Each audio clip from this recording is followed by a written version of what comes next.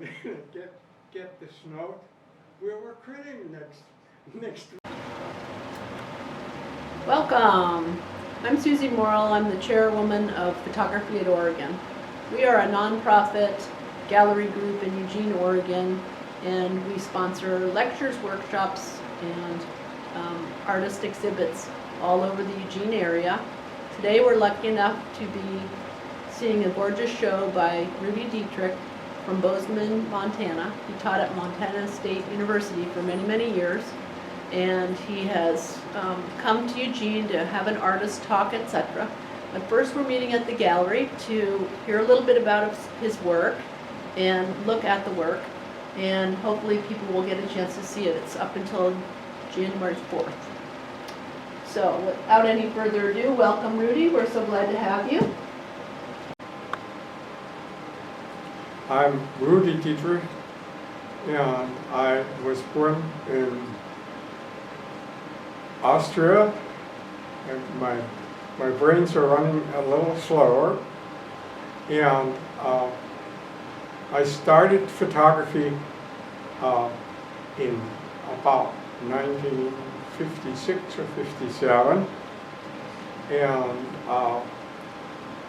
my beginning of photography was in the guild system, where you worked as an apprentice with a photographer, and then every year you go to a special photo school and you come back to your home place. Then you make your journeyman exam, and then after 2 or 3 years of journeyman, where you have to be at least 2 or 3 different photographers, you do your master's exam.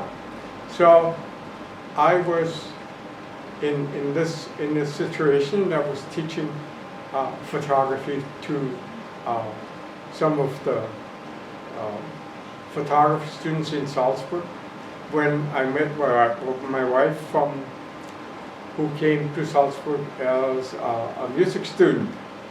And this is why I am over here.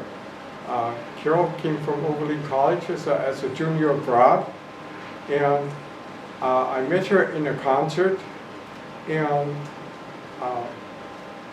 came over here on a student flight, and was more or less promised a job in Bozeman, Montana.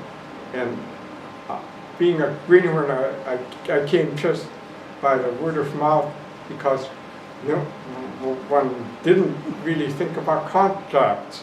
So I broke my bridges. I had my master's exam and so on and so forth in Austria, and came to Bozeman and found out there was no job for me. So I literally started my education over up to a master's degree, but it was in philosophy, literature, and some art classes, of course. So it was a combination art degree, and from then on, I was fortunate to be working at Montana State University with the just growing up department of another person, and I started the photography program, and we developed it up to now it also has some graduate possibilities and so. And I used to just design more and more classes until to the point where we hired different people, and what I usually taught were technical classes because nobody wanted to teach them, and then I taught history classes because nobody was that interested in history, and then went through my history classes where I talked about the history of photography. I thought, gee, I cannot, I talk about the 4th '64 group or the some of the groups of photographers, and they have done non-silver processes and so on, and I've never done that. So I was, at that time, that was hardly taught anywhere, so I had to learn it from my Austrian history books and mix my chemicals and so on. And the same thing happened later on with digital photography, because when digital photography came along, I first was rather afraid. And I said, Rudi, you better learn what digital photography is about. So I had to, on my own, getting a few grants, but basically on my own, learn digital photography. And I found it very interesting.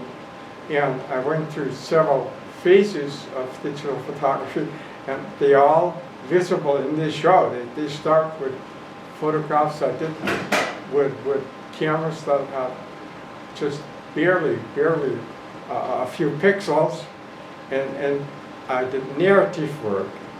Then I went to a series to do straight digital photography. I mean, just regular digital photography in color, and then I finally finished off.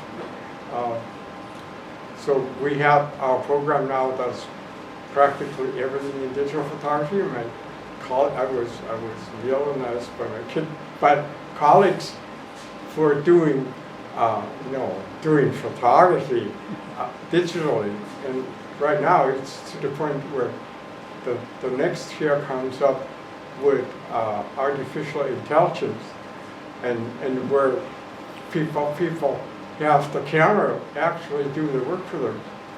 But in a sense, I have found, if I talk about photography, I found it a wonderful medium where I can express myself in many different ways, because I'm interested in getting emotionally involved in what I see. And so most of my photography is basically in my house, and from rooms that my children have, and from some hikes or so.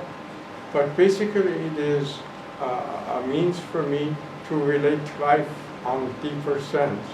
And I'm not calling myself, I have difficulty thinking of myself as a fine art photographer, just like a painter would not say I'm a fine art painter, although I heard some people say, I'm painting in oil. So I did a lot of non-silver processes because I was interested what we could do with it. Yeah, I have a few on my, what is it called? PowerPoint. On my PowerPoint, I brought a few of my gum-prints, and so, I don't need to talk about, but I have also shows different places in Europe and so on and so forth. But the important thing is that photography really means a lot to me in terms of my heart relationship to my surroundings.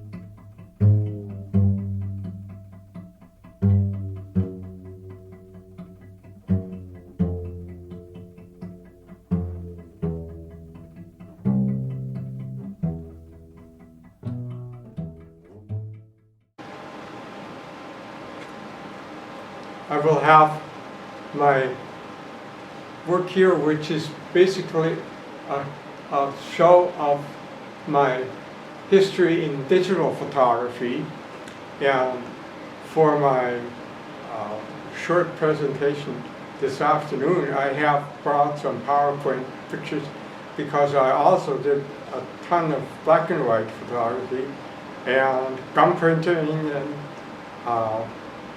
palladium and so on. But I hope that my pictures are appreciated. They just are parts of my life and parts of my heart.